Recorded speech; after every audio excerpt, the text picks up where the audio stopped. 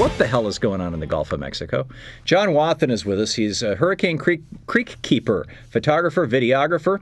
His website, bpoilslick.blogspot.com and waterkeeper.org. John, welcome to the program. How you doing today? I am fine. I hope you are well. Yeah, it's raining here, so I'm enjoying a little bit of downtime. Got a lot of editing to do. Okay, and you know, many of us watched the video that you put together, flying out over the Gulf of Mexico that Keith Olbermann played on his program when he had you on as a guest. I believe it was a week or so ago, showing the pods of dolphins dying, small whales dying, the oil slick getting bigger as we got farther and farther out into the Gulf. What the hell's going on in the Gulf, John?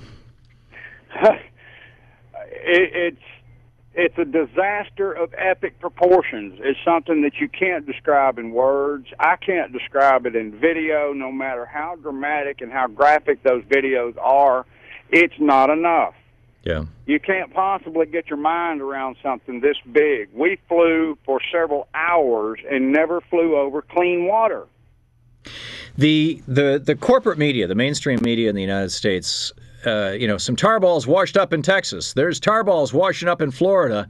The focus, of course, on the tar balls, because a reporter can walk up in the sand and hold it in his hand and say, "Here I am," and it's a nice video shot for them.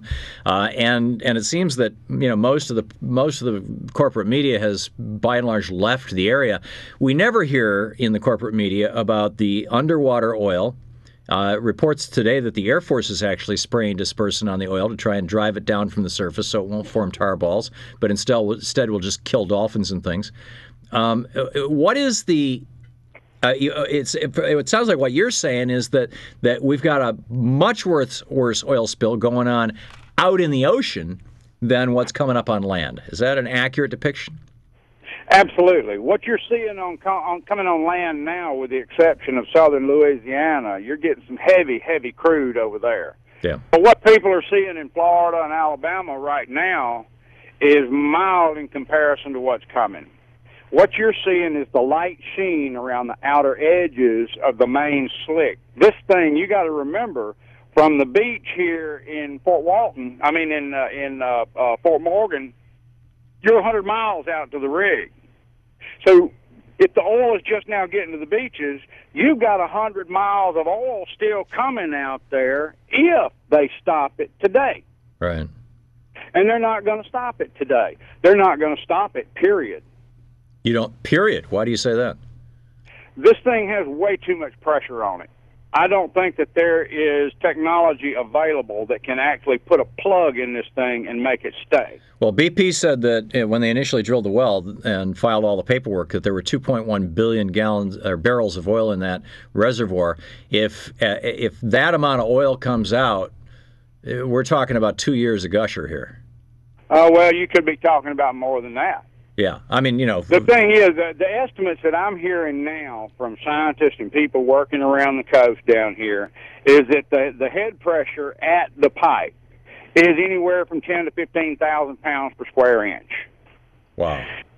The pressures that I'm hearing inside the cavity, inside the reserve, could be anywhere from 30 to 100,000 pounds per square inch.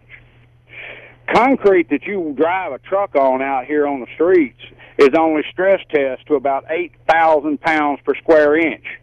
And that's solid concrete after it has completely gelled. Right, cured. After it's cured. Yeah. So this is something that we've never done before. Nobody has ever tried to stop something like this once it started.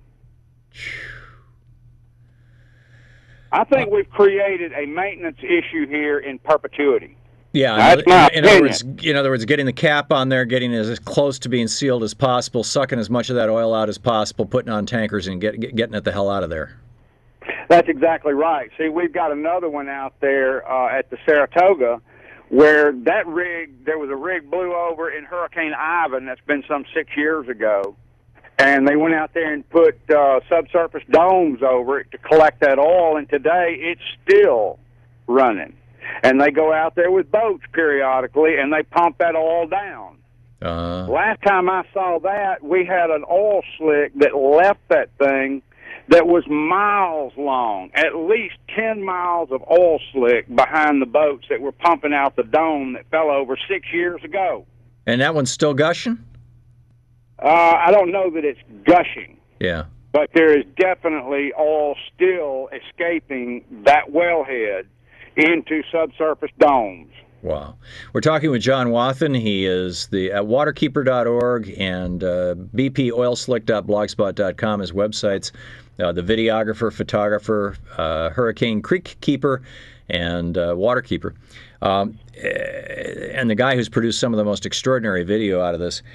Is the Gulf becoming a dead zone? Is the Gulf going to survive this? What can we learn from this and from you that perhaps we don't already know? Well, first of all, the Gulf surviving forever is a long time. Sure. Yes, the Gulf will survive. Mother Nature has a unique way of rehabilitating herself. Yeah. But we got to stop it first. We got to stop it before that rehabilitation can start. Yeah. We've got months and months of this to go. And we are just now on the shores of Mississippi, Alabama, and Florida. We are just beginning to see the outer fringes of it. Throughout Alabama, from Florida all the way around to Texas, there's 7 organizations with the Waterkeeper Alliance that are going to be directly impacted by this. We formed a group that is SaveOurGulf.org. Okay. That organization is the citizen go-to for information about what you can do as a citizen to help us out. Great. SaveOurGulf.org. Yeah, great bunch of folks. I mean, these are people like myself who would be out here doing what I'm doing, but they're tied up with local logistics. They can't get out and do what I'm doing. They're tied up with trying to help their citizens. So I came in to help them document their watershed. Okay, so you can check it out at SaveOurGulf.org. John Wathen. John, thanks for the great work you're doing. Keep it up. All right, man. Well, thanks for helping us get the word out. You betcha.